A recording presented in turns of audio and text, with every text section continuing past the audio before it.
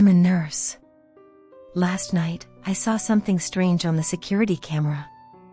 I was sitting at the nurse's station, reading trashy tabloids and drinking coffee when Olga, the other nurse on duty, poked my arm. The little girl escaped, she said, with a giggle. What? She pointed to the security camera feed.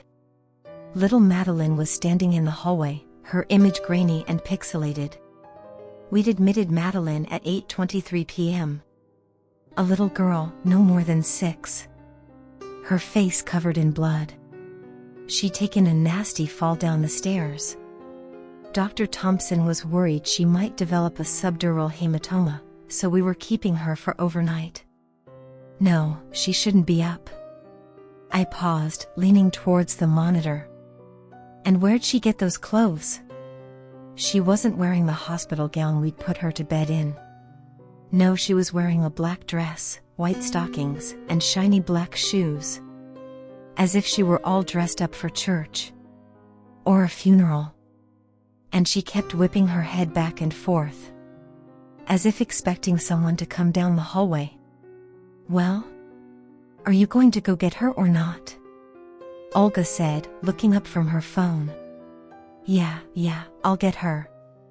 I pushed the chair out, leapt up, and speed-walked down the hallway.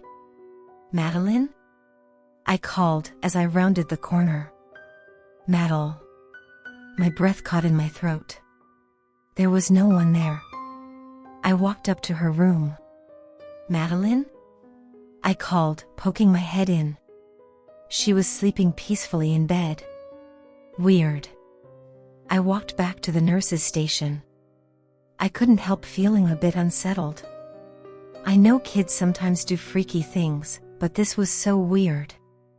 I plopped back down at the nurse's station. Olga raised her eyebrows at me. You found her? Yeah. She's sleeping in her room. I leaned towards her and lowered my voice. This is going to sound really weird, but I don't think she ever got out of bed. Oh, spooky, she said, with a grin. Maybe she's possessed by that slime thing you wouldn't shut up about last week. Back to texting. I narrowed my eyes at her. That's not something to joke about. Oh, really? What are you going to do, murder me? She held up her hands in front of her. I'm so scared. I rolled my eyes and turned back to reading about the half-mermaid that apparently washed up on the shores of Lake Erie. PSH, I can't believe people actually believe this stuff, I thought. It was 3:40 a.m. when it happened again. I happened to look up at the hallway, and the security monitor caught my eye. Madeline was standing just outside her door. In her dress and stockings. Except she looked scared this time. Look. It's Madeline again, I said, poking Olga. As I said it, one of the lights flickered out at the far end of the hallway. The video feed grew darker. Olga looked up from her texting and followed my gaze. Oh, it's the little demon girl again. I narrowed my eyes at her. If you think all of this is so funny, you go check on her. Her eyes widened a bit. Okay. She slowly got up, taking as long as humanly possible. Then she disappeared down the hallway. I turned back to the video feed. Another light had gone out at the end of the hall. The video was darker and grainier now. But I could still make out Madeline's little form standing in front of the room, barely more than a silhouette. Click. Another light went out. Then another. And another. The hallway was quickly engulfed in darkness, until the only light on was the one above Madeline's door. Well, crap, I muttered to myself. We're going to need an electrician. I drank the last dregs of my iced coffee. When I put the cup down, I saw it. My blood ran cold. It was a shadow. A grainy, pixelated silhouette, roiling and shifting in the darkness. At first I thought it was Olga, coming from the other end of the hall. It wasn't. It was too tall, stretching from the ceiling to the floor. too thin. I leaned into the monitor. What the hell? The shadow got darker. Larger. It slowly bled out of the darkness and into the light of the hall. Right next to Madeline. It was so dark and subtle, I thought it might be just some trick of the camera. Some error of the low light. But Madeline saw it too. Because she was backing away. Stretching her arms over the open hospital room door.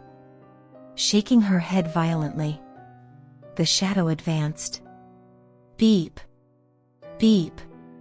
Beep. My eyes snapped away from the security system to the nurse's console. No. Madeline's vitals were plummeting. Her heart rate, blood pressure.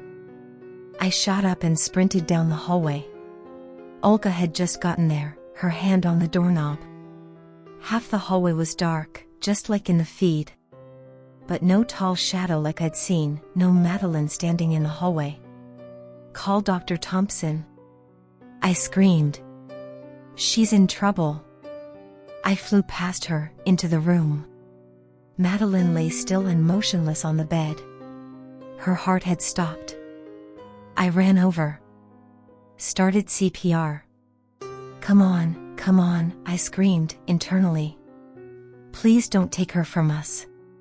Please. Blip. Blip. Blip. Her heartbeat returned just as Dr. Thompson rushed in. I fell against the wall and began to sob. We kept Madeline in the hospital for a few more days, but I don't think we needed to. She seemed to recover quickly. As I checked her vitals to release her, I'd nearly forgotten all about the shadow. How are you feeling? I asked her, as I took her blood pressure. Great, Madeline said. She turned to her parents. She saved me. Ah, it was nothing. She glanced at me. Not you, she said, condescendingly. Maggie. Maggie? I furrowed my eyebrows at her. Ungrateful little kid. Who's Maggie? Madeline's mother uneasily stared at the floor. Her father wrapped an arm around her and coughed strangely. Okay, then. You're all set, I said, ripping off the blood pressure cuff. Yay, she squealed. She grabbed her mom's hand, and the two of them walked into the hallway. But the father stayed behind. Thank you so much for everything, he said, with a smile.